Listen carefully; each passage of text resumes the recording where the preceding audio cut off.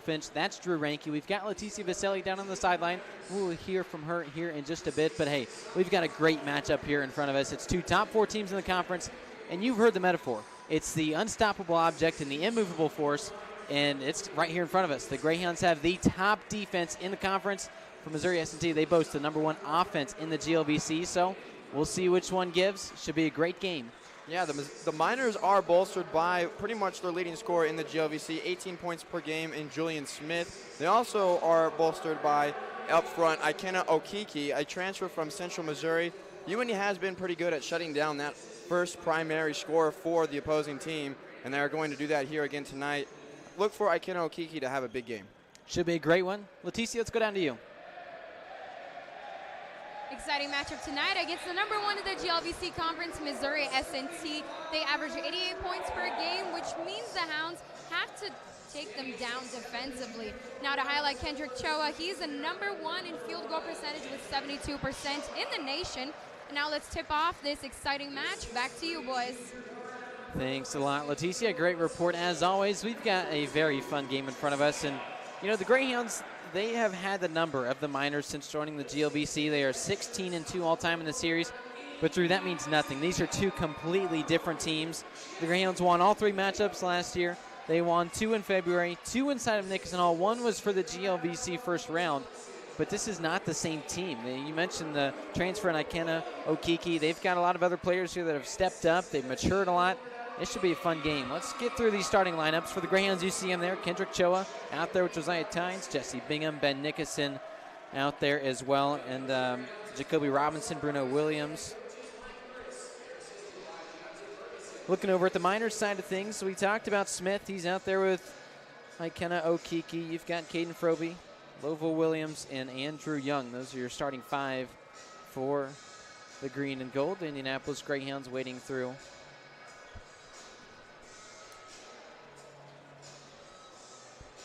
Yeah, Nathaniel, you mentioned it earlier how UINDY has had the number of the Miners here so far. I mean, UINDY leads the series all time, 16-2, winning the last 14. So be interesting to see how this game plays out here in front of us tonight. You see Kendrick Choa right there, the #1 field goal shooter in the nation. How about that? So we're ready to get things underway. To start things off for the Miners, it'll be big to see what some of these newcomers can do against the Greyhounds, because they know how to stop Julian Smith, although they can't there. What a shot. My goodness, this kid can do it all. Just a sophomore. Yeah, getting up and under the basket, making Choa jump, really showing off his athletic ability here early. Bruno Williams coming off his best game as a Hound, 22 points in that game against Drury last Saturday. Gets a nice cross-court pass there, and we'll see what they can do with the open 3 to start things off, and it's good. How about that from Jacoby Robinson? Nice early bucket there for Robinson to get him going here tonight. Wide open, as you said, Nathaniel. Not a bad way to start things off for the Greyhounds, who slip into the back end of the coaches' poll, and they're ranked 24th. Really sets up for a good top 25 matchup on Saturday here inside of Nickerson Hall. But what we have in front of us, too, again, Missouri S&T, no slouch. They're #4 in the GLVC. The Greyhounds #3 in terms of the standings. Quincy and Umsel hold the 2 and 1 spot, respectively. For the Miners, here we go. First look at Ikenna Okiki, and he drains his first bucket against the Greyhounds. Transferred from Central Missouri, 20 points against McKendree last Saturday. This is already looking like a different S&T team that we've seen in years past. I mean, they look competent down low, and they look like they're getting things going so far. S&T looks different, but Kendrick Choa looks the same, and he puts another tally up on the field goal percentage for him. What a shot he had in there. Just did a nice job navigating traffic.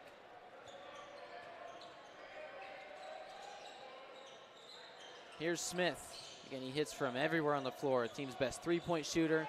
He's great driving inside. Gets the pass to Froby, but that shot's off. How about Robinson with the rebound? That's what he does best. One of the top rebounders in the conference. Yeah, Jacoby averaging 6 rebounds a game. I mean, he's really someone that you need to watch on the board. Besides Choa, Choa is probably one of the best players in the nation at getting a board.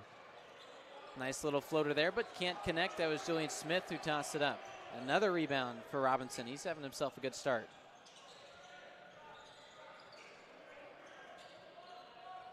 Here's Robinson's high school teammate. And that's Jesse Bingham, passes it off.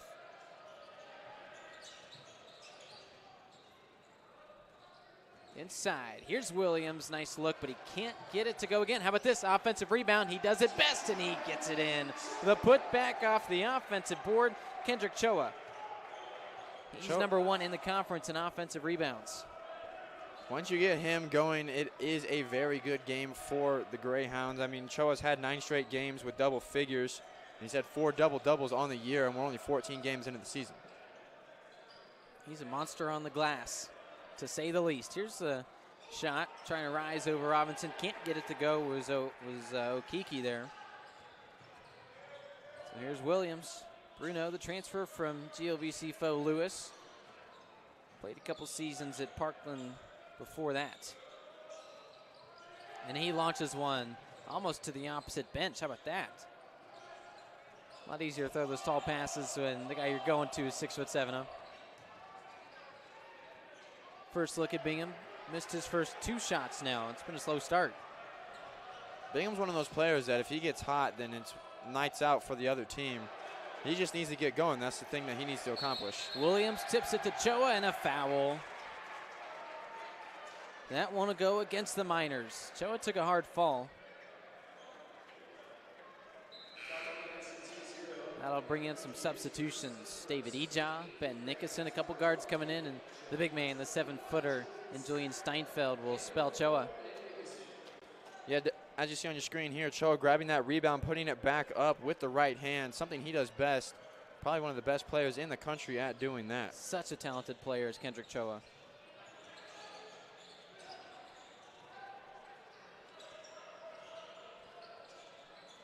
Around the arc. Here's Bingham again, slow start, trying to get his day started off. David Eja, another transfer player, NAIA All-American honorable mention a season ago. Played some good seasons at St. Francis. How about that though? The block on the other end from another newcomer. Didn't see him last year, Andrew Young. Man, some sloppy ball, Drew. Yeah, good pick of the pocket there by Bruno Williams. He is one of those players that really has changed pretty much the aspect of this program. Coach Casaro has brought in a great class of transfers here so far this year. Double team knocking it out to Ikena Okiki. And with that, we've hit our first media timeout. That will now set us up with a sideline report here in just a moment. Down to Leticia Vaselli. Go ahead. The men's game certainly brought a larger crowd to support the Hounds, and maybe that's the energy they need. That was the same energy to the women's game that the Miners fans actually brought. So we'll see how this game goes throughout the rest of the evening. You're watching UINDY TV and the GLVC Sports Network.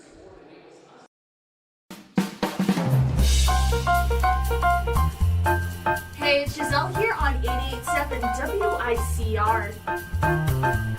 88.7 The Diamond, the only jazz and classical station in Indianapolis, completely led by the students of the University of Indianapolis. Listen to us on iHeartRadio, TuneIn app, FM radio, HD radios, or even on our website at wicronline.org, a different kind of public radio.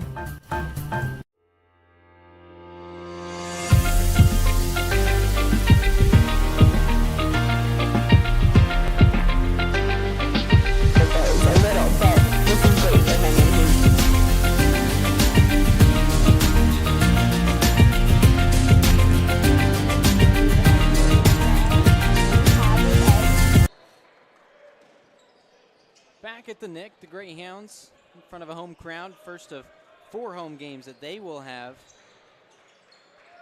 including 3 this weekend before they head back to school. Crashing in hard at the left post, and he gets it to go. The first bucket of the day for Bingham. Good to see Jesse attack the glass there, put it up off of the square, and we'll get that one to roll in to start his night. Look at that, skying up the post player, Ikena Okiki. How about that? The Greyhounds haven't seen a player like him here suiting up for the Miners in a couple years. Yeah, and they really have to take that into account that this isn't the same S&T team that they've won 14 straight against. I mean, each time they face a team, they're going to be different, and that's what they got to take into tonight's contest. Corner 3, Eja too strong with a putback. Also not there. Another offensive rebound, and that one's not there. Another offensive rebound, and that one's not there. Yeah, you just heard my voice on repeat. All that for nothing. The Greyhounds, best team in the conference in offensive boards, but they can't get the shot to go. This is call for Kendrick Cho to come back in and work his magic. Here's a three. Kiki, how about that? My goodness. Ikenna Okiki, he's having himself a great start to this day. Already 7 points after draining that three. And he's one to really look out for. I mean, shutting down Julian Smith is only so much. You have to account for Ikenna Okiki at the same time. You're just leaving him wide open, and he's going to drain those shots every time. Smith had 19 points against the Greyhounds last time they faced in that GLVC first round. Oh, look at this. Nice little pass there to avoid the traffic. And it's Bingham to sky up and slam it down. And that's what you want to see out of Jesse Bingham. Attack the glass, have those people move out of your way, and put that up. Two-handed jam. So it's Julian Smith who has, he had 19 points in that last contest, but the Greyhounds still won by 20 plus. So they can allow Smith to score. It's just shutting down these other guys like number 0 right here who tried to take that three. How about that? Ikenna Okiki drops it in. Nice little mid-range shot on cue. He's feeling himself here tonight early on. Has 9 points so far, and we're not even halfway through the first half. 11-11, the score here early in this game. How about this? Wide open from downtown, but a little too soft. It's just been a different start to the night here for Jesse Bingham. It's only hit one shot. Well, rather two with that dunk. Another missed three. How about this, though? Missouri S&T, they missed that three. They're just 1 for 4 to start. But in their last game against McKendree, that 94-77 win, 45% from downtown. Hit 9 threes. Very impressive day. Look at this. As we see Jesse Bingham go up with that two-hand jam there, he is really one to, when he attacks the glass, he is a threat and something that the opposing defense really needs to keep their eyes out for. The inbound pass, here's Caden Froby. He's been on the team for a couple years. Nice little pass inside of the post, but it's picked away. And now most of the starters back into the game here for Indianapolis, one of which is Robinson. Nice play there. Here's Craig, the three-point specialist, and he drains it. Sean Craig is one of those people, when he gets in the game, you know exactly what he's going to do. He's going to post up either in the corner or straight away and knock down a three.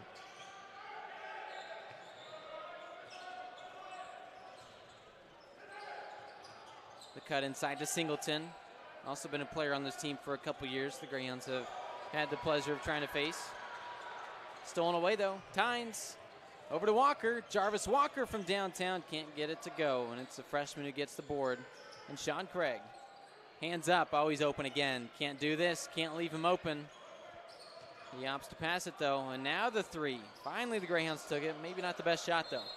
Now, really rushed shot there by Josiah Tynes from straight away. Probably could have got another pass off there, but he was open.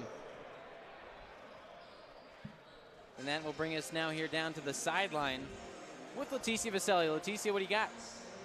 Coach Corsaro was not happy at all with how the Greyhounds are playing. As emotional as we know that he is, he kept yelling rebounds, rebounds, and rebounds, especially at Julian Steinfeld and his other players, and they really need to improve on that coming up for the next couple of minutes. Stay tuned. You're watching UINDY TV and the GLVC Sports Network.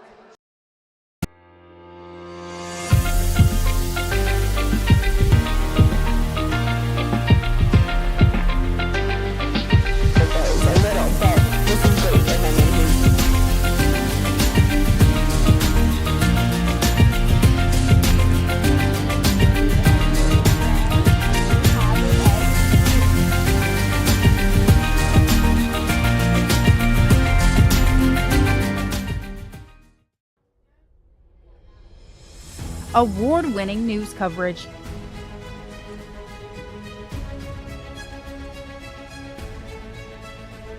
Brought to you by ethical journalists that care about you.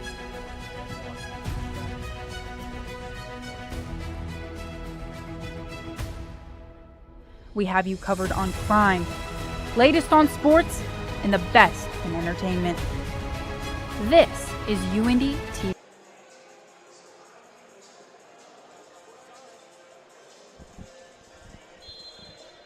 Coach Corsaro in his third year with the Greyhounds. Also played here, was an assistant coach here for a few years. He knows Greyhound basketball. How about this? That's what Greyhound basketball is. Find your open man, hit the shot. That's Bruno Williams from downtown. Bruno, a 32% three-point shooter, has really added to this team so well in so many different categories. I mean, he's a great defensive player, great offensive player, great rebounder. Just a great pickup there by Coach Cesaro. Exactly what the Greyhounds needed in that transfer portal. Inside, trying to kick it out. Here's Froby.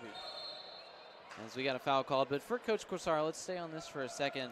He's finally able to start establishing his culture here, right? First year, it was a slow start, just had to figure out where his office is in the building. Second year, they really started to build something special. Went to the GLVC championship game, ended up losing to Missouri St. Louis, but really started to build something there. Now he has full control over the program.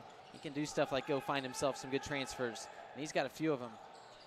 Yeah, and he's done everything in the right way, too. I mean, he's brought in great people that really adds to what Greyhound basketball is. And I think they show great grit, they show great competitiveness, and they really attack the boards and want to get in your face and win some games. And he can do some good recruiting, like number 33 there, Sean Craig, a freshman coming from Sylvania, Ohio. He's been one of the better three-point shooters, number 3 to be exact, in the GLVC. There's a feed inside, trying to find some room, muscling his way up and gets fouled. Kendrick Choa will be sent to the line. And for Kendrick Choa, really has struggled shooting free throws all year, but recently he's really starting to get that number up. He was right around 50% for most of the season. Last few games, he's really been having a heyday at the line. He's at 64% on the year. That's starting to get more respectable for a big man. Yeah, like you said, over the last couple of years, he struggled a little bit from the line, worked a lot on it in the offseason, and has got that number up pretty substantially for him, 64%. And he's someone that if he starts making his free throws more and more, teams are going to quit hacking him. I mean, down low, they know that he can't, or he struggled in the past with his free throws. Now he's starting to show progress and make more and more of them. Missed the first, but he just drains the second, so he'll increase his point total to 5 early in this contest. And for Choa, we talked about it, he's got 9 straight games in double figures, had himself a pretty good day against Drury last week. That was a game the Greyhounds won. They've won 6 straight, but against Drury, they were on the road in Springfield, Missouri, won 89-76. They've just found their groove of late. A lot of it's been non-conference games, but then they do stuff like that where they blow out Drury. As we see Choa on cue, gets the steal, sets up the 3. Robinson's already hit one, and there's another. How about the teamwork there from Williams, who gets it, and just nice little loft up to his teammate who drains it. Yeah, as we see here, that quick release by Jacoby Robinson, gets that 3, adds to that Greyhound 10-point lead. Forced to call a timeout after the momentum there. Coach Bill Walker puts his hands together. Let's step aside as well here on the GLVC Sports Network and UINDY TV.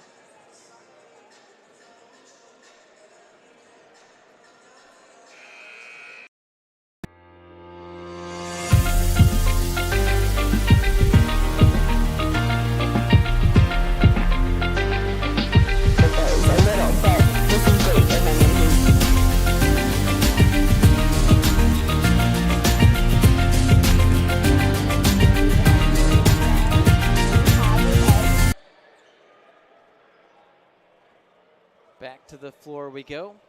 A quick timeout call, trying to halt the momentum of the Greyhounds from head coach Bill Walker of the Miners in his 4th season. And similar for him with Coach Corsaro, we talked about he's finding some success. Walker is too, but you know what? So is Ikenna Okiki. How about that slam? And he's really taken off here today. I mean, he has pretty much the entire Miners points. I mean, he is one that really can't be stopped here so far as he drives the baseline, puts it up with a 2-hand slam right over Etherington, and he's really becoming one of his own here, and he came to play tonight. He has 11. Make that 12 of the team's 14 points. The only other person with a bucket is Julian Smith. He's having himself a great start, already in double figures. He's done that in all but 2 games this season. Yeah, great pickup there by head coach Bill Walker of Missouri S&T. From the corner, from downtown, can't get it to go though off the bank. And that was Robinson, who's already hit from a couple. Here's Smith, who hits these all day long, but he can't get it to go. Look at that, climbing up the ladder. The big man, Kendrick Choa. Yeah, great rebound there by Choa, not to let the Miners have another second possession. A foul on the floor. That'll be the 4th foul called against Missouri S&T. First one called there against Alex Benassi.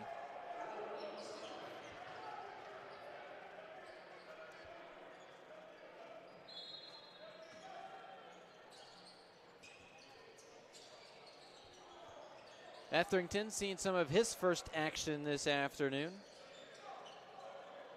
Younger brother of 2 former UINDY basketball players. Here's Bruno looking at left elbow, but can't get it to go. The offensive board again. The bucket doesn't count. He was fouled first, but Kendrick Choa, what a monster. Choa has great rebounding abilities, but let's not skip over Bruno Williams making his defender fall. Swish could have kind of connected on that basket there, but great offensive possession on both ends for the Greyhounds. Kendrick Choa is a junior for this squad. He's already 25th all time on the rebounding list, and he adds a few more there, gets up to 24th with that board. There he gets fouled yet again. And I think teams are starting to realize that he's going to make more and more of his free throws, and they don't really want to send him to the line. Although this is his second trip to the line here tonight.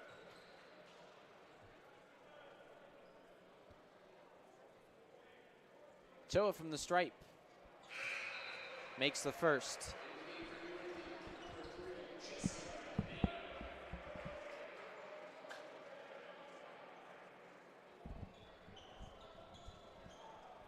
Bingham returns. So far today, the team's best player. He's got 4 points, 2 of 6 from the floor, a rebound and an assist. Uncharacteristic of the man who averages 16 points a game. That's good for third in the conference. What I think the Greyhounds are doing right so far here, they've shut down Julian Smith, as we talked about in our pregame show, but they left Ikena Okiki wide open, and it's kind of costing them here. 12 points for him here so far. The trap, does it prove successful? It does. Full court trap, and it gets the Greyhounds in the post. And a foul, blocking foul. And that one probably could have gone either way, right? Yeah, the Greyhounds had numbers coming down, and I wish Steinfeld would have been a little bit more aggressive. Kind of fumbled the ball there, going towards the goal. And it would have been a lot smoother if he would have just put it up with 2 hands and put that one down. Made just 2 buckets against Drury, but he had 8 rebounds. He's really a board specialist on the inside. I mean, you kind of have to when you're 7 foot, right? He gets to go up taller than everybody else, just plucks him off the glass. Yeah, at the beginning of the year, had that little knee injury that was kind of a scare for a little bit, but now he's come back healthy, and he's really been that rebounder, too, alongside Choa. He's got 3 games this season with 8 or more rebounds. You mentioned how he's missed a stretch, so pretty impressive he's able to be that dominant and also coming off the bench. I mean, you don't see your 6th, 7th man putting up these numbers like he does off the glass. Does a good job hitting that free throw.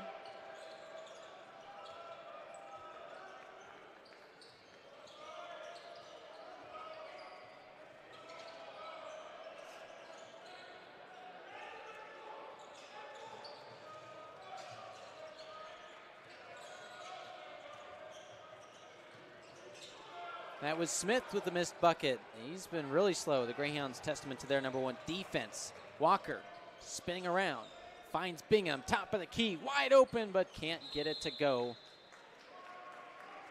With these shots that we've seen Jesse Bingham take, I mean, he does this every game, and he's at the 10, 12-point mark at this point.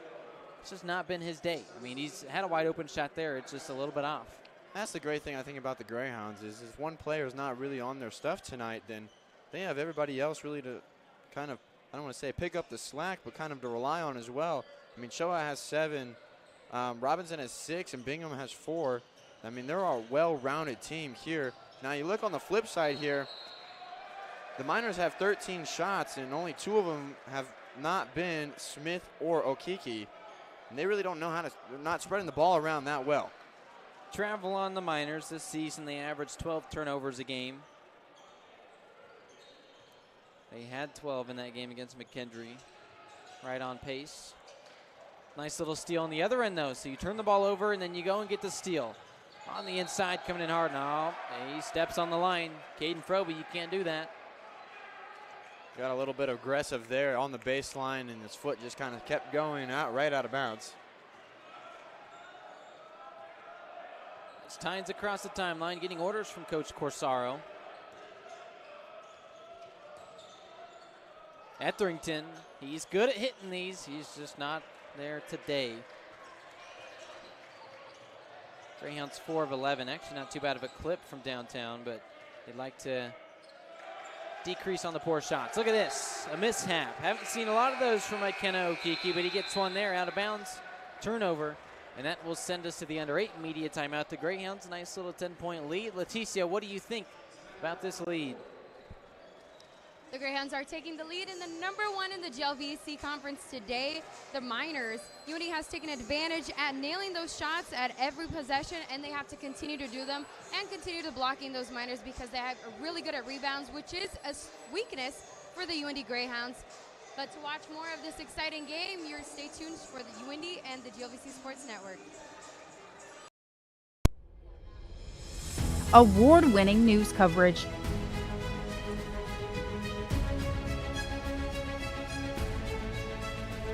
Brought to you by ethical journalists that care about you.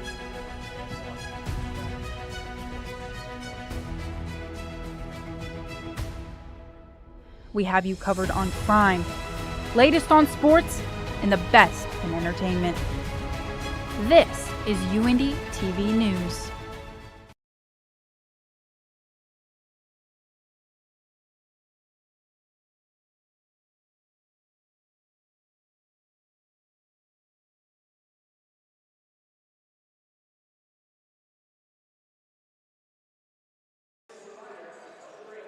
A 13-3 run has put the Greyhounds where they're at. That's a 10-point lead inside of Nickerson Hall, inside of the 8-minute mark in the first half.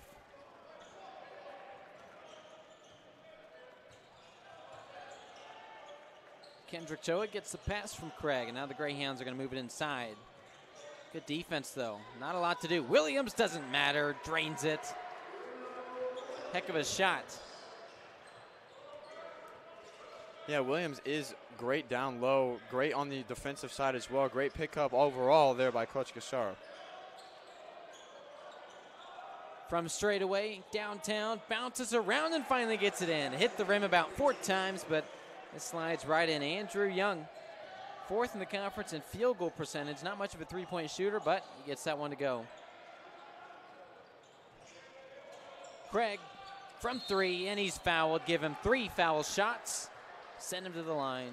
That's just something you can't do. You can't foul somebody on a 3-point attempt, especially Sean Craig sending him to the line.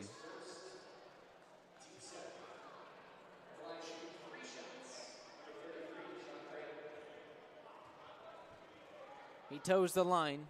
Here's his first of 3. 3 shots. Hits number 1.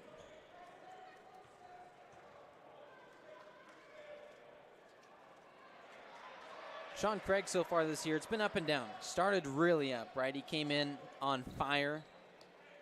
Hit something like 80% of his threes the first few games, but then he kind of slowed down, really struggled. Maybe got into his head. But since then, the last few games, he's been on fire. Averages 6 points a game. Had a career day against Ohio Christian last time he was inside Nickerson Hall. 11 points, 8 rebounds. Doesn't just shoot threes. And he hits 2 of the 3 from the stripe there. On the inside, nice little handoff. Here's Young. How about this defense? My goodness. Young on the inside finds a little bit of breathing room, but not much. Looks like a foul. They're going to call it against Ben Nickerson. He went up to try to fight for the rebound with Caden Froby. Greyhounds 4th. Now, if you're Missouri S&T, do you think it's kind of, you think you need to get some more people involved here on the scoring end? I mean, you really have only 2-3 people that have scored all of your points. There's no real separation around. Well, make it 4 as Froby drops one in and is fouled. Give him the hoop in the harm. Send him to the line.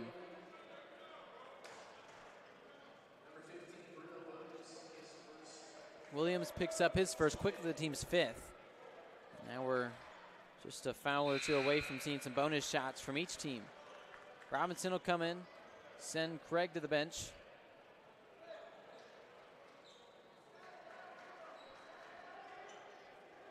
Jacoby Robinson ranks among the league's top in rebounding, blocks, and defensive rebounds.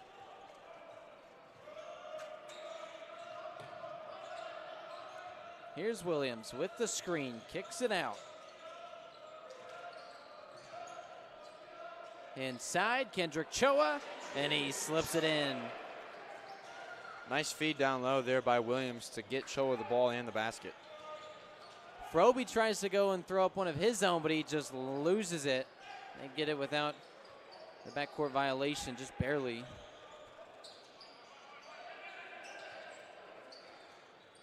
It's been a slow couple minutes for Okiki. See if he can change that here with the fadeaway. He can't. Front end of the iron, but Choa can't control it.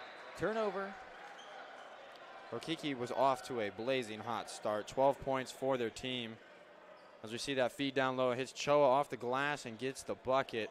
But yeah, Okiki was really, really hot to start. 5 or 7 from the field. And he's really cooled off here late in the first half. Julian Smith gonna spin around inside. Nice fadeaway. Man, that's a pretty shot. My goodness. Julian Smith is so good at basketball. I don't think that touched the rim. I don't think that touched the net. And did that with the defender in his face with the fadeaway. That's one of the toughest shots in all of basketball. Trying to do the same thing on the other end. Gets some help with Choa. Robinson can't get it to go. Choa gets fouled. Foul called against Andrew Young, the big man. Choa draws a lot of contact down low. That's what does send him to the line so much. You see number 34, Andrew Young, there on your screen. Tallest guy on the floor right now. He takes the jersey number of a graduate student, a really good player for the Miners the last couple of years, in Mohamedou Kaba Kamara. He was a 7-footer. He was really that man that they could count on just to throw it in the post, get some quick shots, get some good rebounds. But he's since graduated, and that leaves Young to not only pick up his jersey number, but also pick up that position, being the big man inside. He's just been called with a couple fouls here already, but for Young, they really want to lean on him and be kind of that role that Kaba Kamara left when he graduated. And only being a freshman, too, for Young and being put in that position is kind of intimidating, but he's got 3.5 years here to figure out, put on some size, and he can become a real threat as he starts to grow. 2 seconds to get across the line. They barely do. This trap working great for the Greyhounds. That is a blocking foul. What do you think, Drew? Tynes called to the foul. Corsaro doesn't agree. His feet were kind of moving, and it was just hard. It's always those bang-bang plays that we always see, but looks like Tynes' feet were still moving at the time of contact, and you just can't do that. Tynes called it this first team's 6th, any foul after this from either team. Bonus shots. They're going to call a foul there. We'll see who it's on. Looks like it'll be against Robinson. So even though it was nowhere near the ball, it was not on a shot. It's going to be bonus shots here for Ikena Okiki. Got another 5 minutes of these, each team in that 1-on-1 bonus. Yeah, fouls have not been at a minimum here tonight as both teams have gotten a little bit physical underneath the basket. Hits the front end, gets a shot number 2 for the man who averages 71% from the charity stripe this season.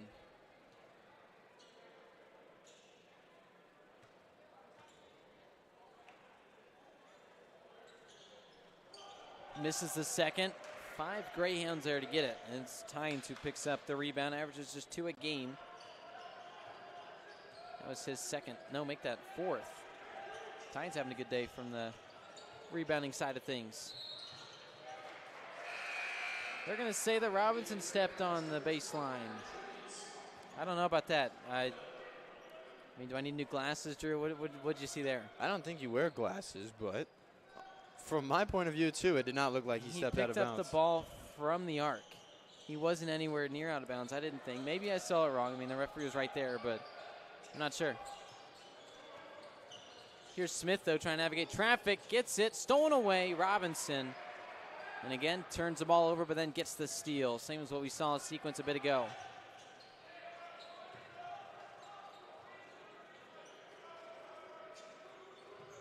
Great ball movement there by the Greyhounds around the arc. Halfway through the clock, nice little floater. Put back is good, my goodness. Misses the shot, climbs up, and in midair, doesn't even need to set his feet. Taps it back in. Jesse's one of those players that is just a freak athlete, and it didn't look like he had footing to put that shot back up, and he put it up and made it.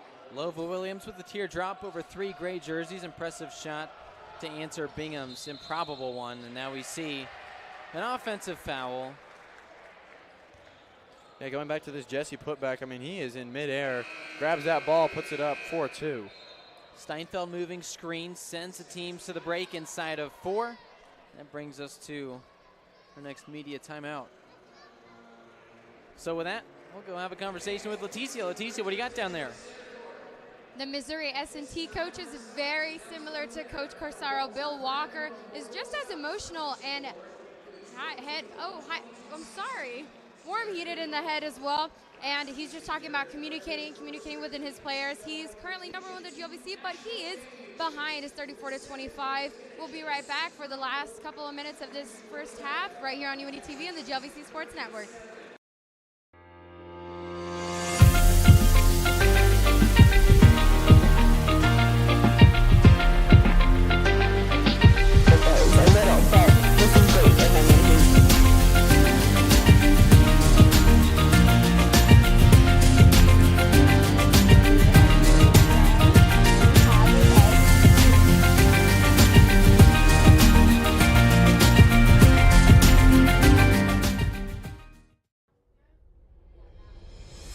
Award-winning news coverage.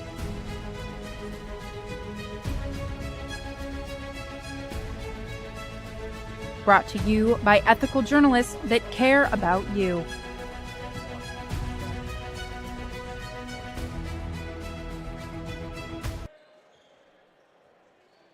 Back on the floor, ready to get the action underway.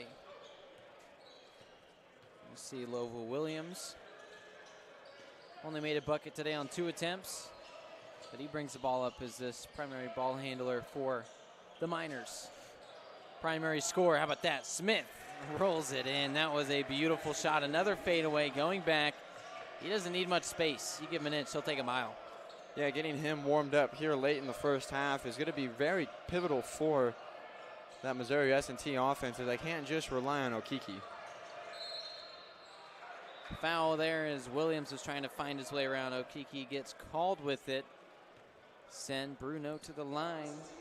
Williams, an 85% foul shooter. How about this? 11 of 11. That was half of his points against Drury. He had every single free throw shot. Just a week ago, had 22, a season high. Hits the first. And man, he's the guy that really gave the Greyhounds fits when he played for Lewis, so it's good to see he's able to put some points up for the Crimson and Gray. Yeah, and I think he's been a great addition to this team. I mean, he's one of those players that you can really rely on for some heavy minutes. And he remains perfect, hits 2 more from the foul line. Heavy pressure from the league's best defense. They've got 2 seconds to get across. They do just that. I mean, that really makes a big difference when, you shorten the time that they have in the half court. So now they get across with only 20 seconds or so. Trying to get something going on underneath. They can't. Greyhounds get it. Now on the other end, Bruno Williams goes up, windmills it, put in! What did we just see? We saw Kendrick Choa get up.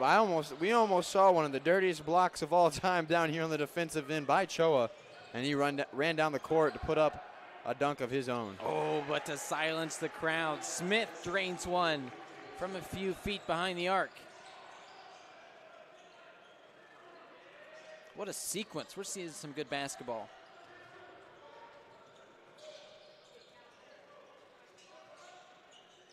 Tynes working on Smith. Oh, has to pass it away. Smith goes down hard, but nothing called. Spinning around. This is where Choa eats, but he travels. Looks like he must have picked up that back pivot foot. We take a look here at Julian Smith putting up that answer of a 3. And that was really what they needed to keep them in this game, only down 8. Smith averages 18 a game.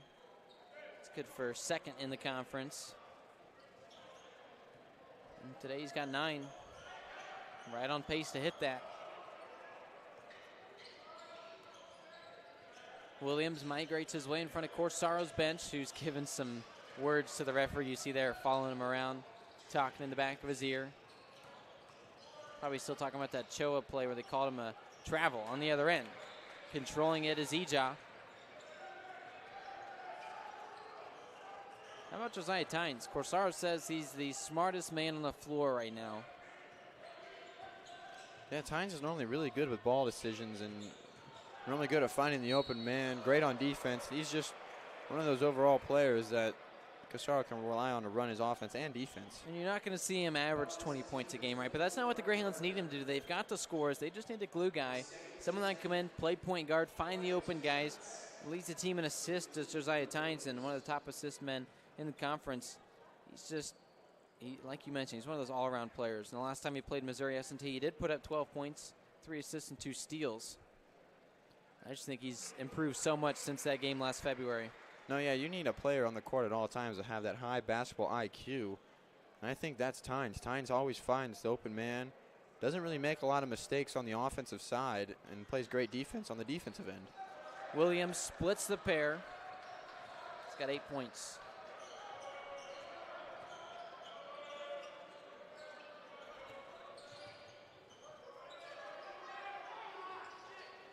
Some frantic moves here from the Miners offense. Indianapolis showing a good defense. How about this? Trying to go up and over Ija, but Okiki can't do it.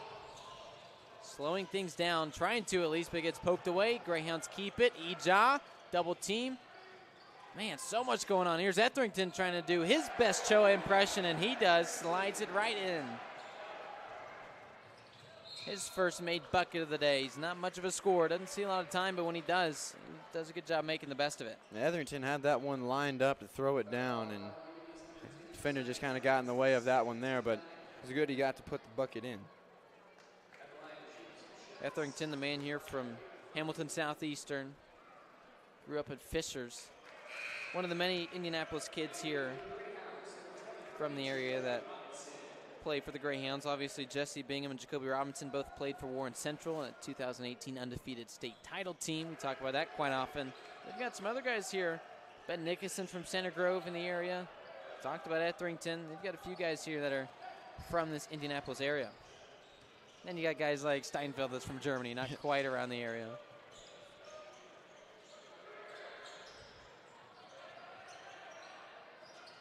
To the corner, we talked about him, Aaron Etherington. It bounces around a miss. Shot clock turned off. And the Miners recognize it. Bill Walker says, slow this down. We got 10 seconds. Trying to find some sort of momentum if you can going into the break. How about this, the perimeter defense, though? Too strong. Sets up an open three from the corner at the buzzer. Leave your hand up, Caden Froby. 41-35, and that's just what the doctor ordered for the team in green heading to the locker room. Yeah, great momentum builder there for the Miners as they pull back within 6. A 41-35 score is a lot different than what it was before that. Let's go down to the sideline with Leticia. As we finish the first half of this very exciting game, and I bet it means a lot for Corsaro to be in the lead as we head into the locker room conversation. And I'm just wondering what that's going to look like to keep the momentum going for the second half. As lead scorers, we have Kendrick Choa and Bruno Williams for UINDY, and for Missouri, Okiki and Williams. And I'm also wondering what the head coach of Missouri S&T has to say to them so they can make a comeback heading into the second half. We'll be right back in about 15 minutes right here on UINDY TV and the GLVC Sports Network.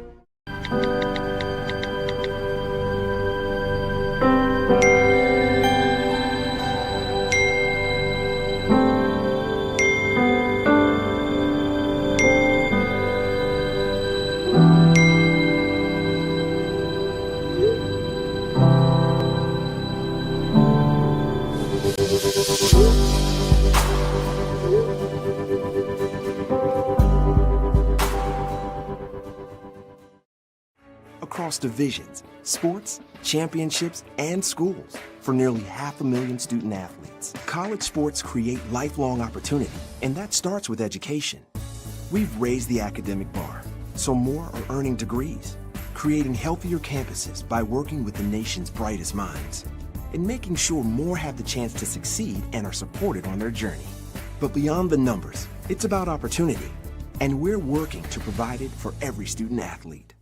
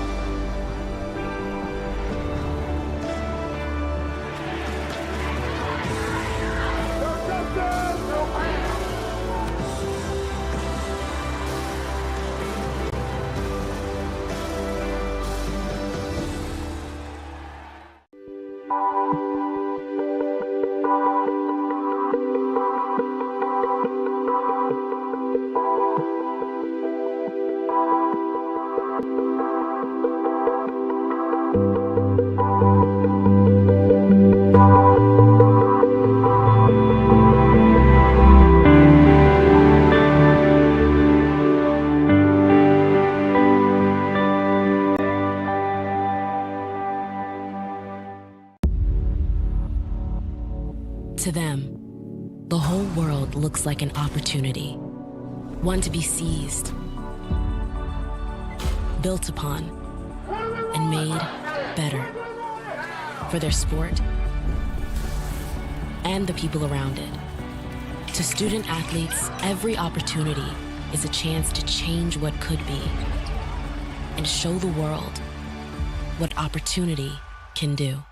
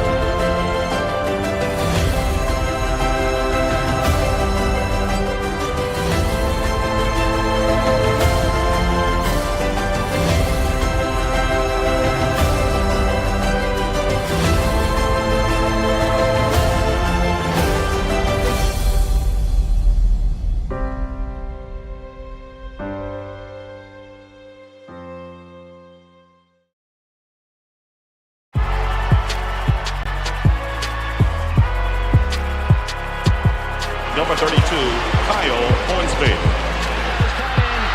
Inside the 30. Touchdown. Michaela Burgess. An incredible finish by Hall. The NCAA and its member schools offer nearly 500,000 college athletes a path to go pro in something other than sports. Learn more at ncaa.org.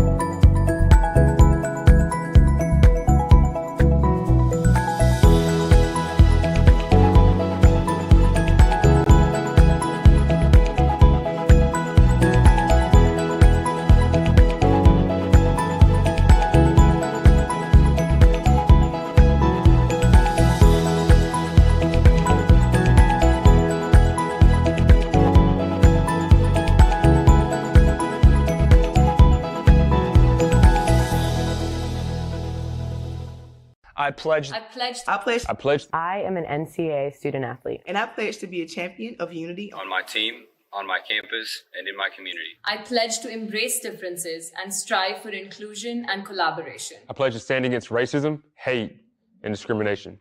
I pledge to strive for love, care, and forgiveness. I pledge to stand against silence, deceit, and obscurity. I pledge to strive for dialogue, truth, and understanding. I pledge to stand against fear and doubt. I pledge to strive for trust and belief in one another. I pledge to stand against complacency and stagnancy. I pledge to strive for change and growth. I commit to supporting my fellow student athletes in all circumstances that impact them. I commit to both choosing unity personally and encouraging it for all. I pledge these things because we are stronger together.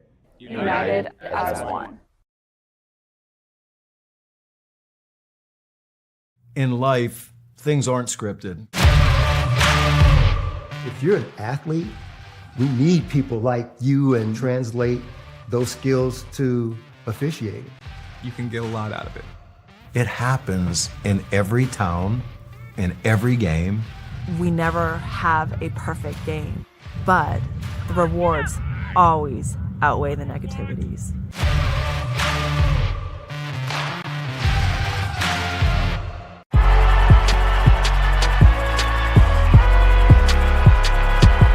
Number 32, Kyle Hornsby. Inside the 30, touchdown. Michaela Burgess. An incredible finish by Hall. The NCAA and its member schools offer nearly 500,000 college athletes a path to go pro in something other than sports. Learn more at ncaa.org/opportunity. In NCAA Division II, student athletes leave a lasting impression on their communities. That's because Division II student athletes want to make a difference and truly be part of their surrounding communities. Through community engagement, thousands of student athletes from various backgrounds interact with community members who view them as role models. This interaction leaves a positive and perhaps even life-changing impression on all those involved. In Division II, we rise to the opportunity and make community engagement ours.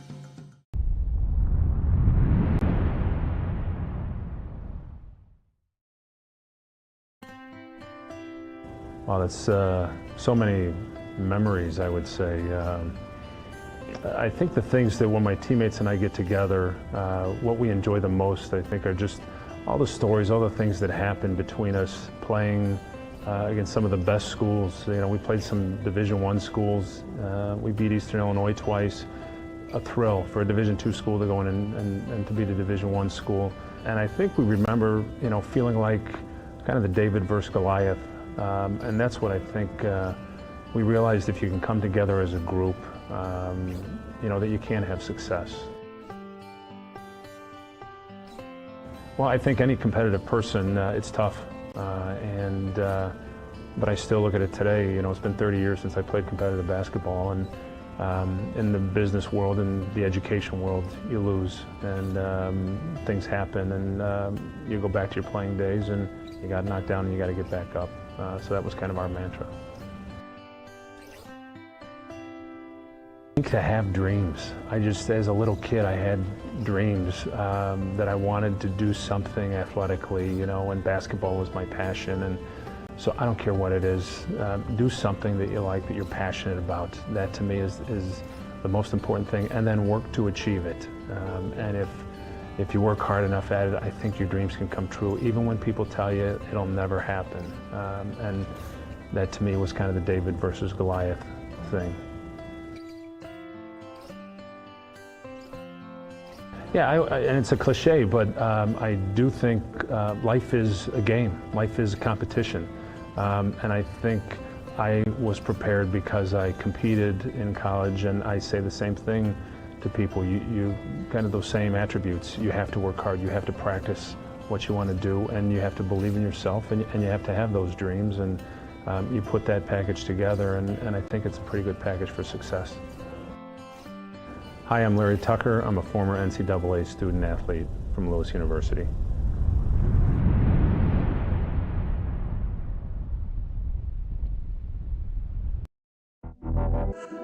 Champions know how to seize opportunities.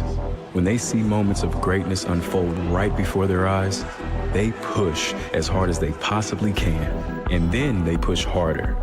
Because the heart of a champion never settles, never quits, and never stops giving its all. We are champions. We are Division II. We go big, we give it everything we've got, and we win. On the field, on our campuses, in our communities, for our causes, in our careers.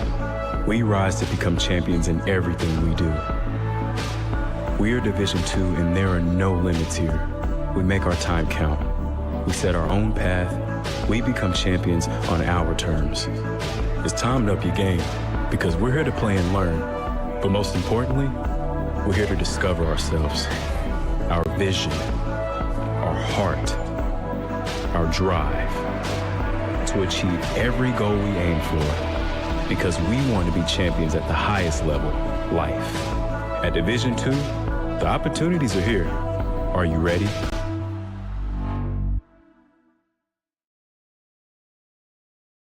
If I lose, I'll respond with respect.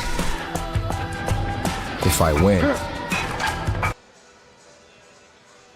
What an exciting first half to this game. We are currently 41-35, and Grady would be so proud of the Greyhounds for running a lot during this game because he is a racing dog. And coming up to this next half, we're looking for a better shot selection, but they're doing good on turnovers and rebounds, so keep up the good work, right, Grady? Back to you, boys.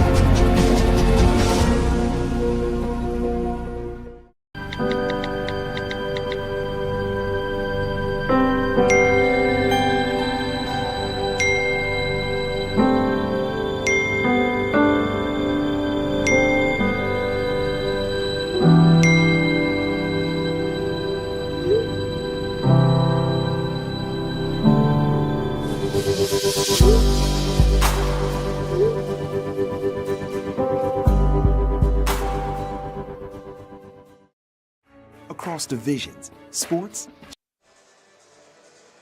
Welcome back here to Nickerson Hall. Let's take a look at some of the highlights of half number one. How about that, Julian Smith?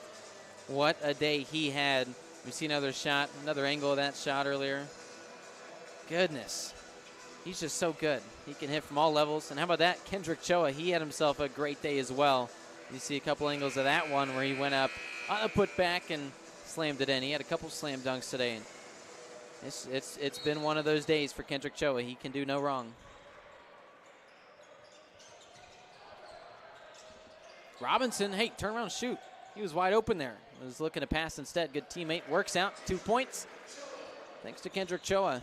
Nice assist there. Robinson with a good luck. Good little start there for the Greyhounds as they find Choa down low. An open three, quick. The man who hit the buzzer beater at the end of the half, a little short to come out of the break. So it's the Greyhounds who get to increase their lead and have to wait a little bit before the Miners can do such. Missouri S&T crept back into the game there late in the first half. Let's see if the Greyhounds can kind of answer the start of this second half. Charity stripe jumper a little short. Bingham with the miss. Now on the other end after the rebound, it's Smith. Same shot, this time on the other side by Lova Williams. He does a good job hitting that. What Bingham couldn't hit, he drained. Pretty impressive.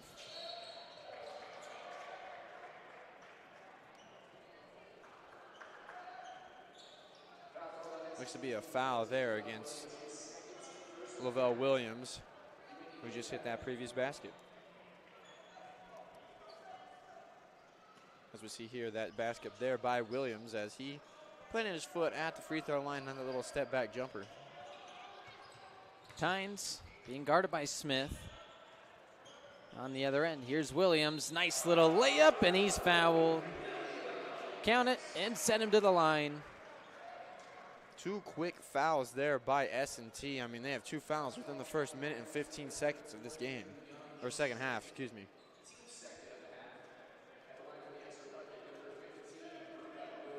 Bruno Williams to the line. We've talked about it. Team's best free throw shooter. We'll see if he can continue that here. Hit all 11 in his last game and misses that one, though. He had a 13 in a row. Just broken there.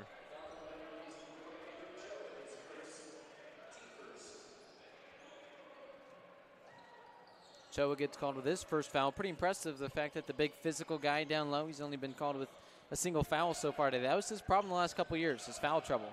No, Choa's done remarkable things over the offseason. Free throw shooting, working on controlling his body so he doesn't get called for those outrageous fouls sometimes.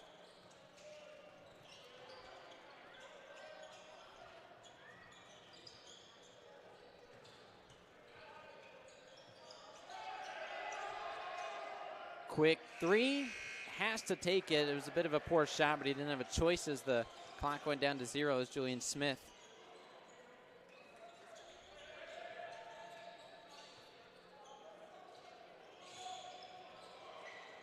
Cutting to the basket, but it's blocked away. Picking it up, though, the Greyhounds. That was Tynes with both of those. And how about this? Almost with 2 steals. The Miners can't get either, though. Inside to Choa. This is guaranteed to be a bucket, right? Sure enough. Choa down low, using his size to an advantage against the way undersized. Choa's 240 going against Andrew Young, who's 185. There's a big differential there in height and weight. Inside, little floater. It's impressive off the bank. Drew Watch says 8:41, but the bank's open here at Nickerson Hall. Nice shot there from Williams. He's starting to come on of late. He's got 6 points. Hit a couple quick baskets. And being the team's best off-ball defender as well. Inside, again, a guaranteed bucket. That's Choa, and if he doesn't make it, he gets fouled. Sure enough there, he'll be sent to the line for a chance at 2 points. Choa's just really good down low. Drawing foul or putting up a bucket, and somehow it goes in. Missouri S&T was shooting lights out in the first half, shooting 46% from the field. That's something that the Greyhounds don't let up that often. Normally averaging 39% from the field are their opponents. They're bolstered by that number 11 defense in the nation and number 1 defense in the GLVC. So they're seeing something they haven't really seen all year. Choa's taken 6 free throw shots. He's buried 6 of them. He's having himself a good day. 18 points already and 7 rebounds. What a contest for Kendrick Choa. He's near his career high. Just 2 points away from it, and no reason to believe he won't get that in the next minute or 2. Yeah, Choa's career high includes 21 points, 15 rebounds, and 4 assists. He has 19 and 7 right now. Coach Corsaro wanted to make a fool of me. He's sent to the bench, so he will not get that career high in the next couple minutes. Gets a little breather, and then he'll be fresh off the bench after that. Gives Steinfeld some run here. See number 21, the big man. Nice steal. No, just barely. Do the Greyhounds get it? They finally do. And now a second go at it. Nice little feed inside, and it's Bingham. No. Steinfeld can't get it to go either. A little bit of a miscue there on the offensive end. Now on the other end here, we see, I was going to mention Ikena Okiki. He really has cooled off a lot since starting this basketball game, and he really hasn't. He trailed off towards the end of that first half, and as we started the second half here, hasn't really gotten much except going the line here. Maybe the Greyhounds had a little bit of an adjustment for him as they went in the locker room. Still a team lead in 13 points, though. 5 of 11 from the field. He gets fouled there, so he'll be sent to the line again. You mentioned it, though. Just been a quiet stretch since about that second, maybe 3-minute mark to go in that first half. Yeah, he's done a lot for this team. He's brought a lot of offensive spark to him. But that really started only in the first 8 minutes of the basketball game. from the line, hits it. He made both from that trip, so 15 points. That's what his average is. We still have 16 and a half minutes to go. He's going to be putting up some impressive numbers by the end of the night if he continues this pace. Again, he had 20 points just last Saturday, so he's used to scoring in high clips. Crowd wanted to travel, probably could have gotten it there from Walker, but instead passes it over. Williams goes up strong and gets called with the charge. Drew, what did you see there? It looked more of a charge than the one that we tried to get earlier, as Tynes didn't really have his feet set, but it was a judgment call there by the official underneath the basket. It seemed like the shot, he just kind of chucked up a ball, chucked up a prayer, almost just hoping that it would count as a shot and he would get 2 shots himself. He didn't expect that to be a charge either. A 3 from the big man, too strong. Yeah, you take those every time. If you have Andrew Young out there, the tallest man on their team, shooting a 3, then you're doing something right on the defensive end. Similar style shot from Williams, who just chucks up a prayer thinking he'd get fouled. He didn't. Tripped up a little bit, slow to get up. He looks to be fine, but then allows some points on the other end. Nickerson walks over and calls a timeout. It's a good timed one for Coach Corsaro. That'll bring us to the under 16 media timeout, and you see here just a nice little layup from Lova Williams. He's suddenly starting to come on. 8 points to his name. Let's go down to Leticia on the sideline. Guys, communication is key, and the name of the game for the Greyhounds tonight, they have been in sync and doing a great job at their weak points, such as rebounds, but both teams still need to do better in their shot selection as they've missed essential points to be made. Coach Corsaro has been on top of his plays, making sure they don't slack just because they're still ahead. If you want to keep watching this game, stay tuned right here on UINDY TV and the GLVC Sports Network.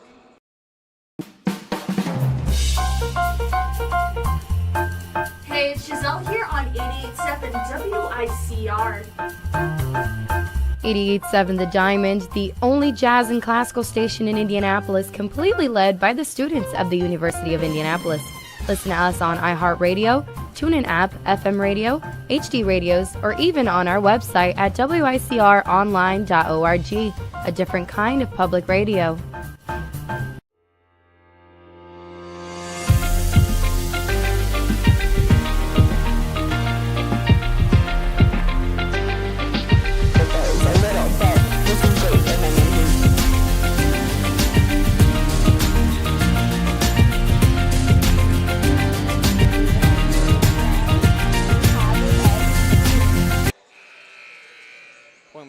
Inside Nickerson Hall, and as we see, head coach of the Missouri S&T Miners, Bill Walker, as he's looking on as his Miners trail by 6, 49-43 under the UINDY Greyhounds, as Tynes has the ball at midcourt. Etherington newly checked into the game. Etherington puts up a 3 off the back iron, no good. Ball will be going with the Miners. We didn't see too many turnovers on the offensive side of things for the Greyhounds, but Missouri S&T, they had 10 of them in the first half, right? The defense played really well for Indianapolis. We'll tell you more about that next on the GLVC Sports Network and UINDY TV.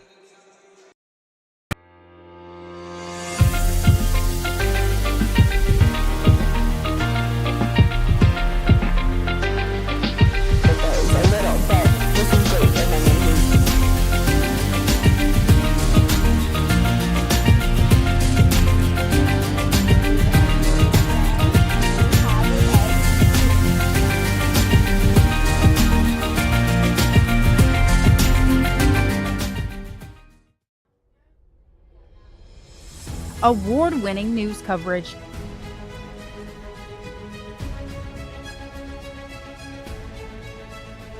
Brought to you by ethical journalists that care about you.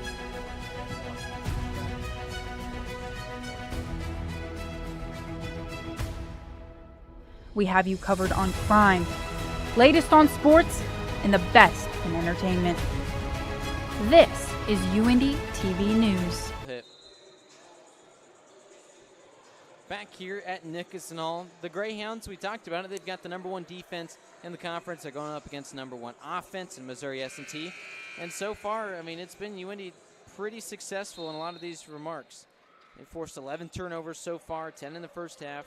They got 14 points off turnovers, 8 steals. They're playing good off-ball defense, but when it comes to allowing some shots, S&T, they're just draining them. Like UINDY, when it comes to field goal percent defense, top 11 in the country in that mark. As we see here, another example, they're playing good as stretches, and then they allow one open shot, and that's what's allowed Missouri S&T to hit nearly half of their shots. The Greyhounds typically holding opponents below 40%, so it's been a bit uncharacteristic in that regard. Still good with steals, like we have one here getting the jump ball, I'd imagine, eventually they do get it off, but it's just they're allowing too many open looks. You have to give credit to the Miners' offense and defense, especially the offense, putting those shots up and making them. I mean, like, they're not easy shots with the defense of the Greyhounds right in their face. So you just have this one right here. You have to give credit where credit is due, and they were going to go up for the rebounds and fight for them there. The Greyhounds just need to try and get their stuff together and weather the storm. Yeah, Cho's got to be careful here. I think they're going to stop and look this one over. He kind of wrapped his arms around the defender there, and Micah Johnson, a little aggressive. You could tell there's some a little bit of frustration coming out there from Choa. It's a good word. We'll see if this continues to mount itself at all.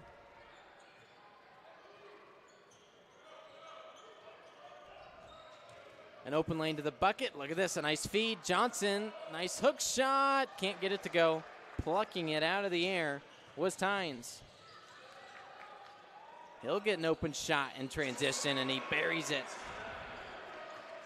Great shot there. Great shot choice there by Tynes, as nobody was really guarding him, and he had all the time in the world to put that one up. His first bucket of the day. He does have 4 rebounds, though, and he's playing phenomenal defense, including against this man, Smith. But as I say it, a foul called against Tynes. Tynes does provide that great defense for the Greyhounds, as he is on the court, probably one of the better defenders. It's a quick inbound there by the Miners. Yeah, and Smith a little off. He's been forcing some shots simply because he hasn't had a lot of open looks. So when he does, he's got to take them. Only 9 points today. That was the mark he had, 18 minutes into the first half, and that's where he stands still. He hasn't scored in quite a while.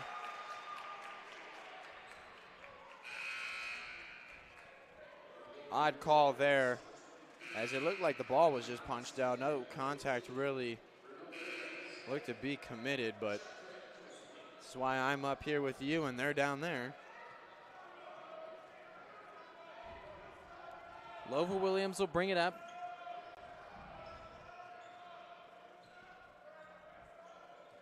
Trying to stay in this game. Down 6.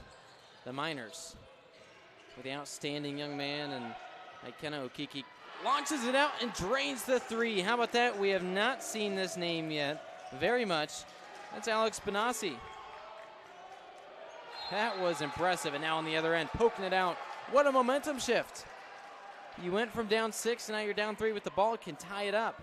So see the right-handed runner put up there by Williams. Yeah, and look at this one. Williams just having himself a good couple stretches.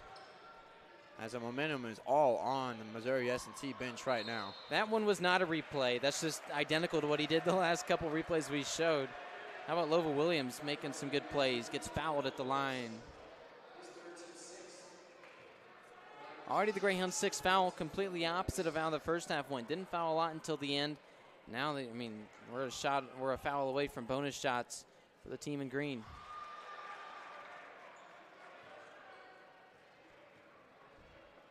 Misses the first. Although he made the practice shot. Does that count, Drew? I don't think so. Second free throw. That one's successful. And suddenly, we're right there. Corsaro brings in a quick sub. That's Walker to come back into the game. Williams will take a drink. It is a 1-bucket game. Yeah, UINDY's starting to, their defense is really starting to fold towards the basket. And that's where all of the Missouri S&T baskets are coming from. They really haven't had much of a shot selection outside of the lane. Here's a straightaway triple, too short, but the putback is in. Offensive rebound from Sean Craig, and then he drops it in the cup. great awareness there by Craig as he grabbed that rebound and put it back up for two. A deep one, 28-footer, but he can't get it to go. Maybe a little bit of faux confidence there from Alex Benassi. Made one, thought he could put another one in, but longer. Walker got the rebound, and that'll set up this play for Indianapolis. We'll see Smith back here. Looking a bit tired, but he's going to do some full court defense. Yeah, he does more than just shoot.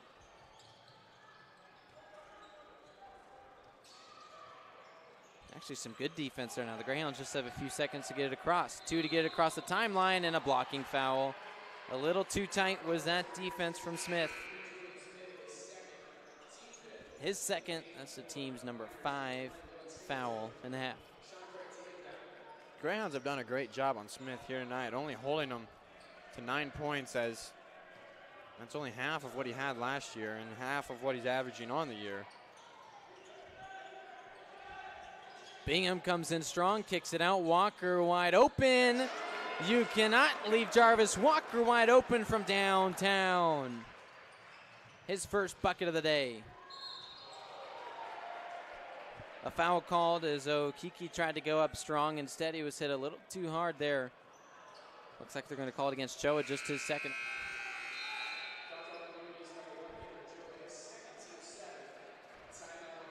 That will bring us to the under 12 media timeout. And with that, we'll step aside. GLVC Sports Network and UINDY TV.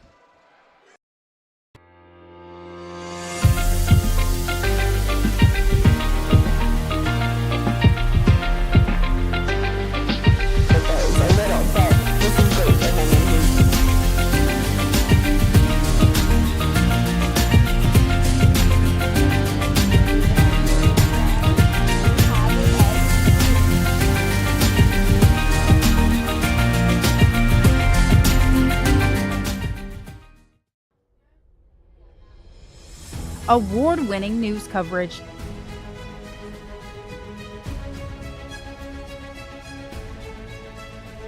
Brought to you by ethical journalists that care about you.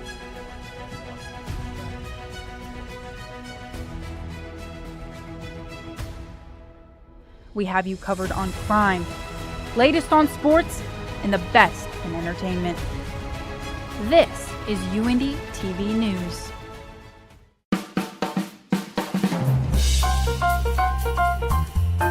Hey, it's Giselle here on 88.7 WICR. 88.7 The Diamond, the only jazz and classical station in Indianapolis, completely led by the students of the University of Indianapolis. Listen to us on iHeartRadio, TuneIn app. The 2 longest active streaks in the conference on the line. It's the Greyhounds who have won 6 straight. The Miners have won half of that in a row. And trying to keep this one close. Currently down 7. See if they can change that with Ikena Okeke. Certainly does.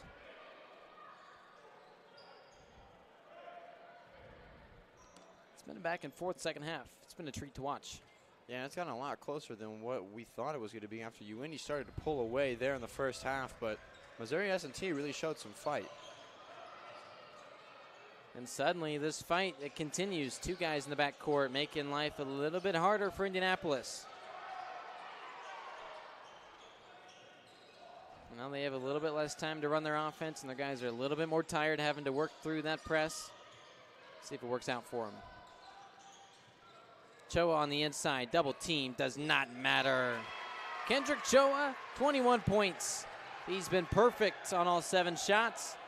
He's only missed a free throw on 8 attempts, and he's got 7 rebounds. This is an amazing stat line for who's certainly going to be the player of the game, assuming the Greyhounds don't see anything crazy. Choa has matched his career high here tonight with 21 points. Close to his rebounds, only 8 away from that.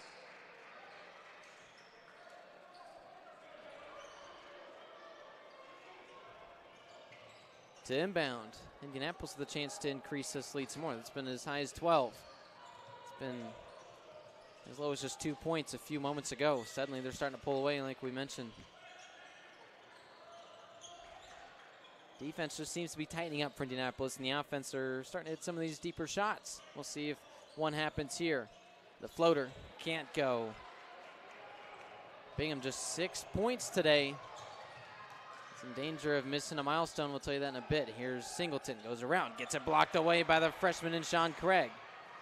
In transition with numbers, the Greyhounds are fouled. Singleton hits a little too much contact on Jarvis Walker. And how about Bingham, though? He's had double-figure scoring in every single game this year. He's been the Greyhounds' leader through and through. I mean, heck, Bruno Williams had his season best 22 points last week. Wasn't even the game best because Bingham had 23, but today he's only got 6. So a lot of game left here to play. I mean, 10:27 left on the clock. I'd never cut out Jesse Bingham in anything. He could very well end this game with 20 points the way that he can get hot down some stretches. And it could start right here inside. Spins around and is fouled. Good chance at a couple at the line. And for Bingham, 56% from the free throw line. It's the one area where he kind of struggles sometimes, is that charity stripe.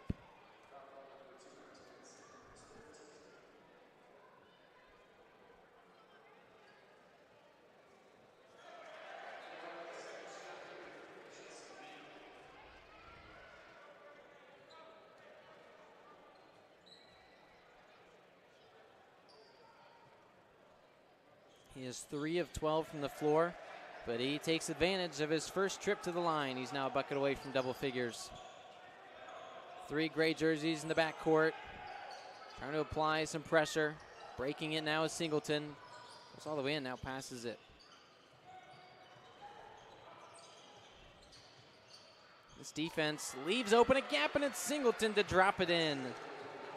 He had second on the team with 8 points against the Greyhounds last February. The defense is just letting Missouri S&T stay in this game as the Miners are finding those open holes somehow and getting the buckets. From the conference logo, it rattles out. Rebound to Okiki, his 4th. Tries to add to his point total. Gets it stolen away, though, and looks like his ankle is twisted a bit awkward. Kind of fell in a very weird way. Faking the step back. Now here's Bingham. Inside, spinning around. Jarvis Walker, big shot. And it just barely goes short, but he was fouled to the line for 2. He was an inch away from an and one.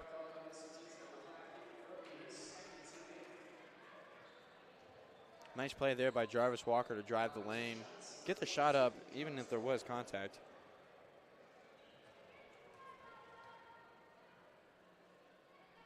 Walker from the stripe, successful. He's got just 4 points today. It's been a little bit slower for him offensively, but he's playing great defense. Something that Corsaro happy he's able to come in and contribute. Transfer from Purdue Fort Wayne, of course, that's where Coach Corsaro used to coach just a few short years ago. Didn't coach Walker, but same school.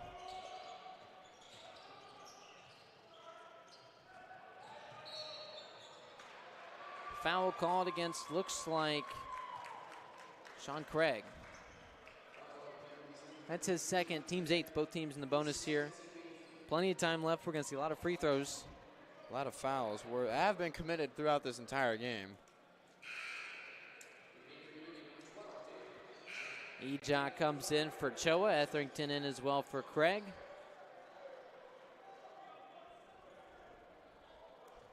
You know, for Kendrick Choa, he's seen a lot of time on the bench, getting plenty of breathers. Just 21 minutes today. He's got 21 points in that short amount of time.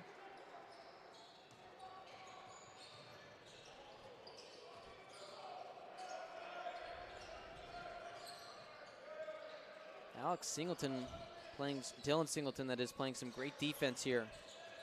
And he works on Walker, doesn't give him an open shot. The Miners defense really starting to clutch up. How about that?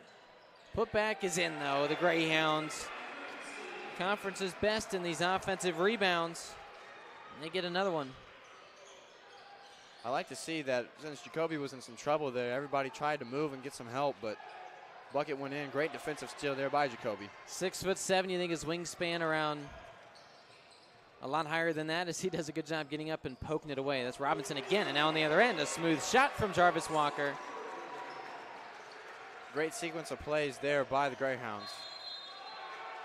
when you can reach up over 8 foot and poke that one out of the air, really sets up your teammates well, and that what's led to the shot. A nice steal from Jacoby. And great put up there by Jarvis Walker to force that timeout by Missouri S&T. That's his 4th steal. Let's go down to the sideline with Leticia. They might be ahead, but it's never enough for Corsaro. Just in this last media timeout, associate head coach Mike Burris stressed that as a team they have to do better defensively and not letting the Miners have any open spaces to get those points. Corsaro also mentioned that this is a real game and not practice, and they have to play it to win it, to get the hand of their games. And he emphasizes, the importance of rebounding and turning the ball fast. Right here on UINDY TV and the JLVC Sports Network, there's more to come.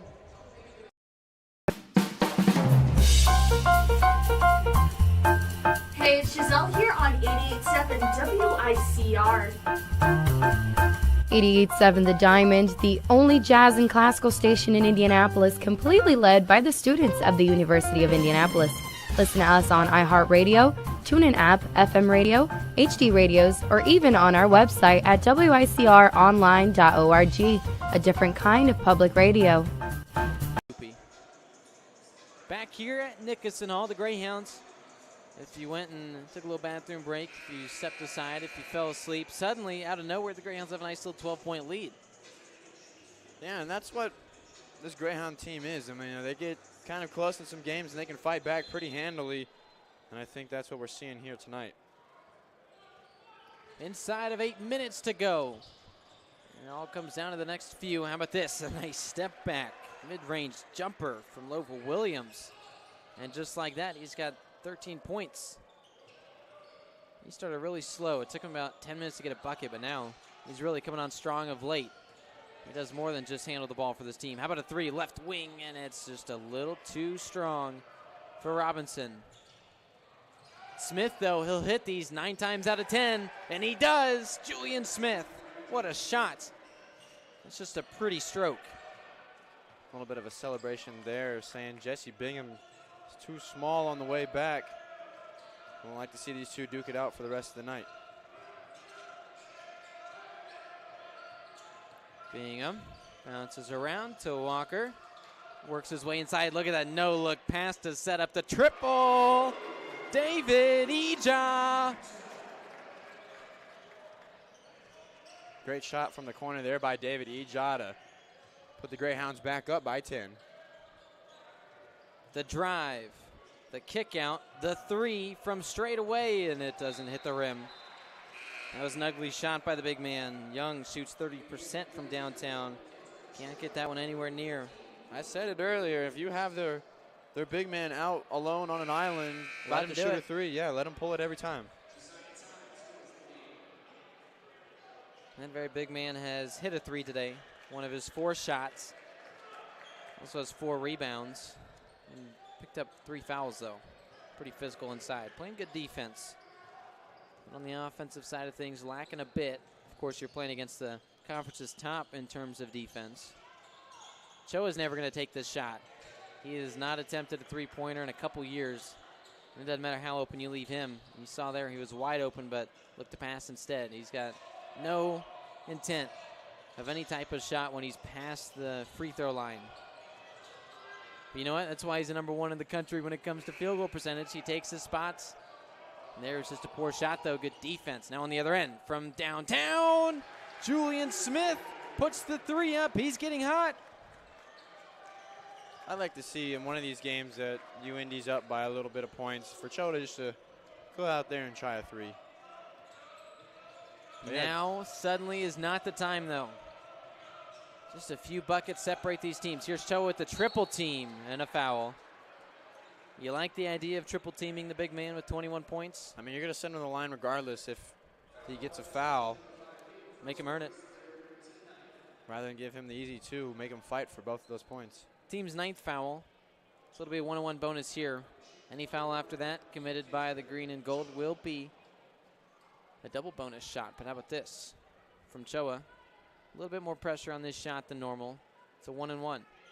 New career high for Kendrick Choa. 22 points for him. Also has 7 rebounds.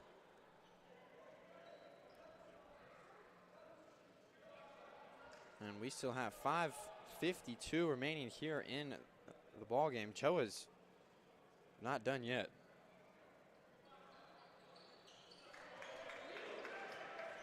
Yeah, you mentioned it. Not done yet. Adds another tally there.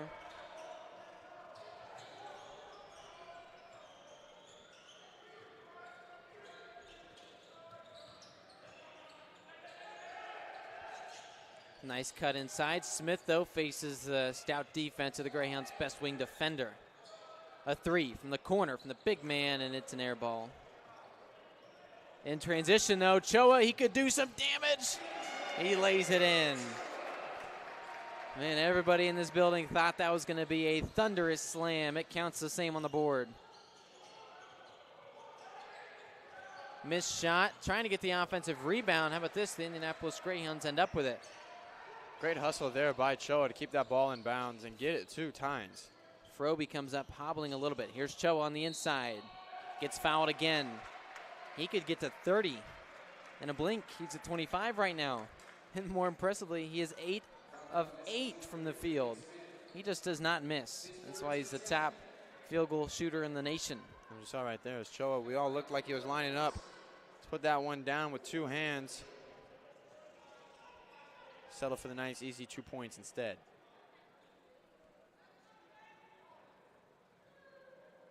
Choa palms it. Spins around the bowl. The Niners talked about how great they'd been shooting so far today. They're still right around 45%, which is a lot more than what the Greyhounds are used to allowing, but they've only hit 1 of their last 4. Bit of a tough stretch. The Greyhounds playing some amazing defense in crunch time.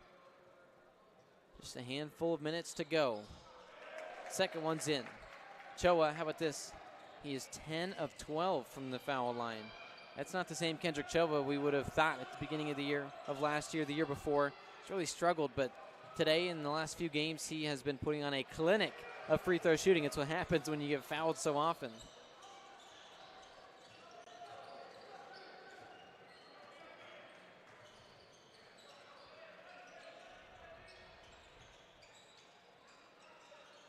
Bingham guarded by Smith, has to get rid of it. Oh, look at that. It's a 7-0 run, Bruno Williams.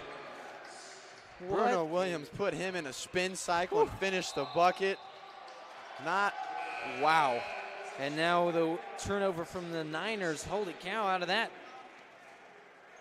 That was, take a look here as we see the end of that play. Beautiful. Put his right foot in the ground and spun around. Not only did that, but then went around the defender on the inside.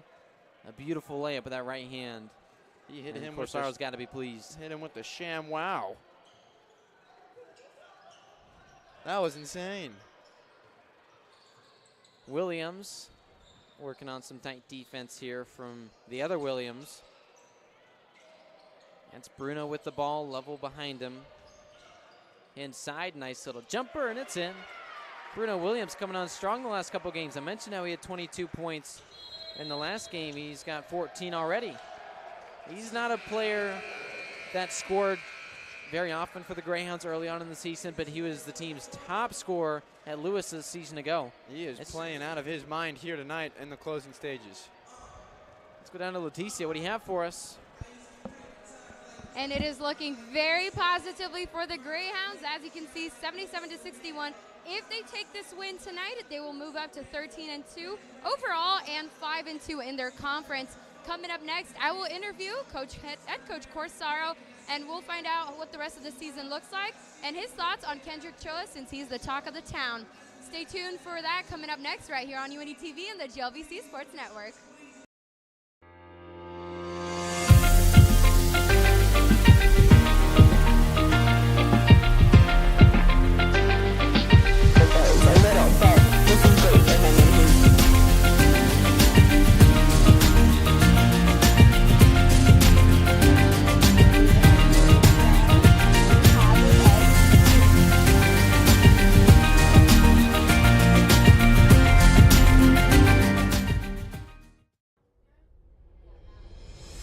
Award-winning news coverage.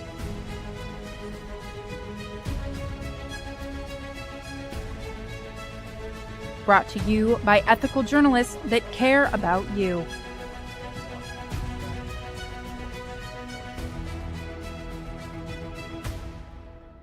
We have you covered on crime, latest on sports, and the best in entertainment. Indy boasts their largest lead of the game at 16 points. It's come at a good time. It's going to be hard to come back from this one. The Miners are going to do their best, though, at least to show something here late in the game. Still 4 minutes to go is plenty of time. But the way that this momentum has gone, it's all in the favor of the Hounds. Look at that, a block from Bingham. He's not having his typical 20-point game, but he is playing amazing defense.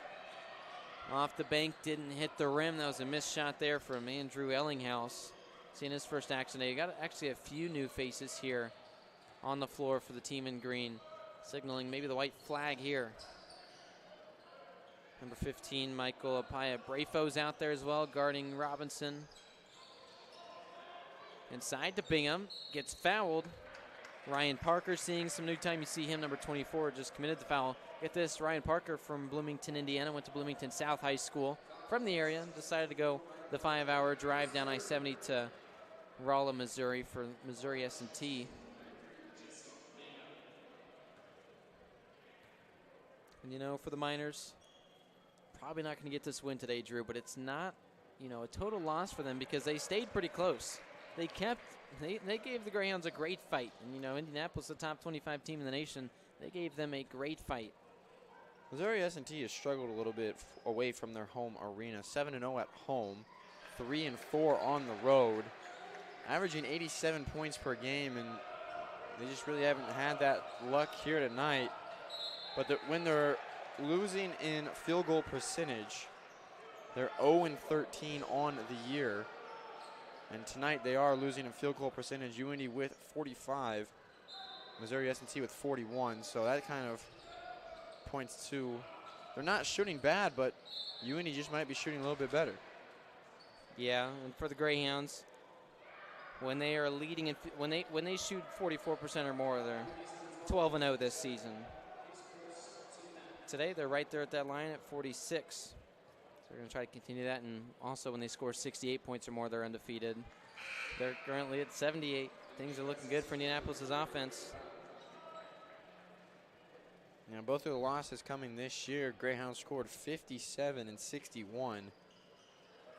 So that's kind of the recipe for success. If you want to take down the Greyhounds, you kind of have to lock down on defense and not let them score that much. That's the thing, Drew. We say that the Greyhounds have the top defense, and they pride themselves on how they play on that side of the ball, but they have a great offense as well. Number 3 in the conference in that regard. They've got the best scoring margin. They're going to continue that here. It's not just a defensive team here. They can put up some points. What I think really bodes well for them is that they're number 1 in the conference in rebounding, and rebounding in late game situations becomes very crucial and very important. Bouncing around, it's a miss from downtown from Parker. Tynes goes down a little hard. Makes you think about pulling the starters. Looks like a couple guys will come in. Etherington and Ben Nickerson. It's number 5 and number 4 respectively. That'll send Robinson and Tynes to the bench. You want to see Jesse Bingham get one more shot, right? He's only got 9. He's only in single digits. If it stands to be the only game this season where he didn't have 10 or more. Not a stat that really matters in the grand scheme of things, but you like those big streaks, right? And I don't think he'd be too upset with it, considering that one of his teammates has set a new career high in points. Bruno played pretty well. Just everybody overall played really well on the offensive and defensive side. Dylan Singleton at the line, shooting 93% from the foul line this season. He's automatic. You might have just given him one of those broadcast jinx, calling him automatic from the line. We'll see what happens here. I don't believe in it. This man is automatic, 93%. He's not going to miss this shot. I don't believe in that broadcast jinx. Nothing I say up here is going to make a difference down there. Especially with a player like him. When he's hot from the line, he's hot. Bingham takes a seat. So does Eja. The reserves are in. Here's one of them taking a 3. It's Ben Nickerson. How about that? A triple for him. This arena is named after his great-grandfather. His father is the golf coach at UIndy. He's trying to carry on that legacy. What a player he is. He's a pretty good three-point shooter in spots. Here's Parker, who hits it from straight away. Parker's not the best three-point shooter. Just 70% on the year, 17%, but he hits that one. Yeah, very odd that he was taking that shot, but nevertheless put that one in. Walker bounces around the left wing here.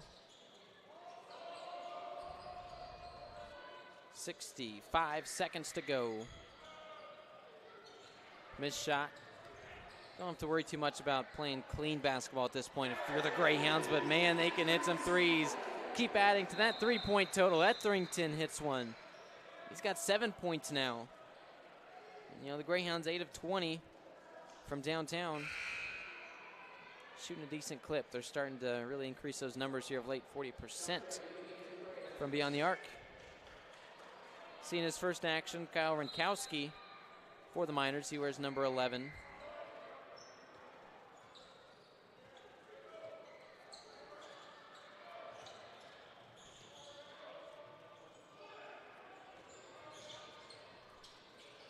I think it's pretty important for this Greyhound squad. I really don't think, yes, they have to send out a starting 5, but they have about 8 or 9 guys that you can put in that entire starting 5, and I think that's going to bode very well for them down the line for them, as we see who they have out here on the floor right now could very well be a starting 5 someday for Coach Casaro.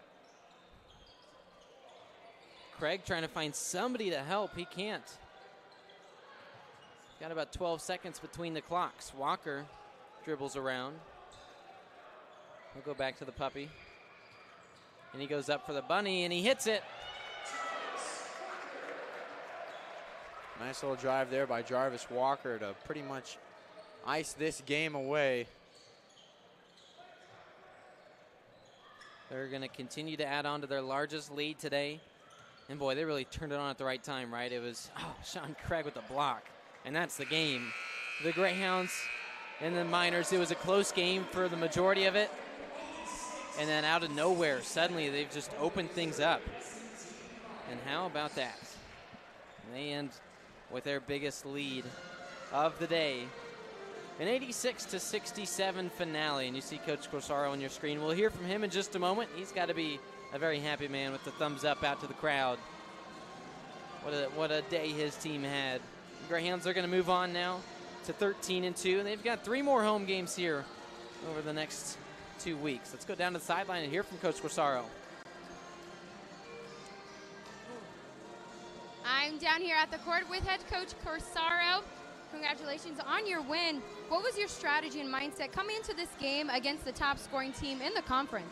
We had to defend. We held them 20 points on our average. I'm so proud of our defensive efforts. Coming up this Saturday, you have an important matchup against the top-seeded Tritons. What will be your main focus going into that? You know, you're probably gonna laugh when I say I'm like a broken record. I'm gonna watch the film tonight, figure out how UIndy can get better. Then we'll take a look at Missouri St. Louis and figure out what we got to do. And last question, Coach. Kendrick Choa has been the talk of the town as he's the #1 ranked in field goals in the nation, which is a really big deal. How was his progressions from other seasons and his impact on the team? Don't jinx it. Okay, we got to keep that going. All right, but it's quite awesome. Kendrick's always been one of the most talented players. I mean, look at him. He's built like a Greek god. But now we got him playing smarter too.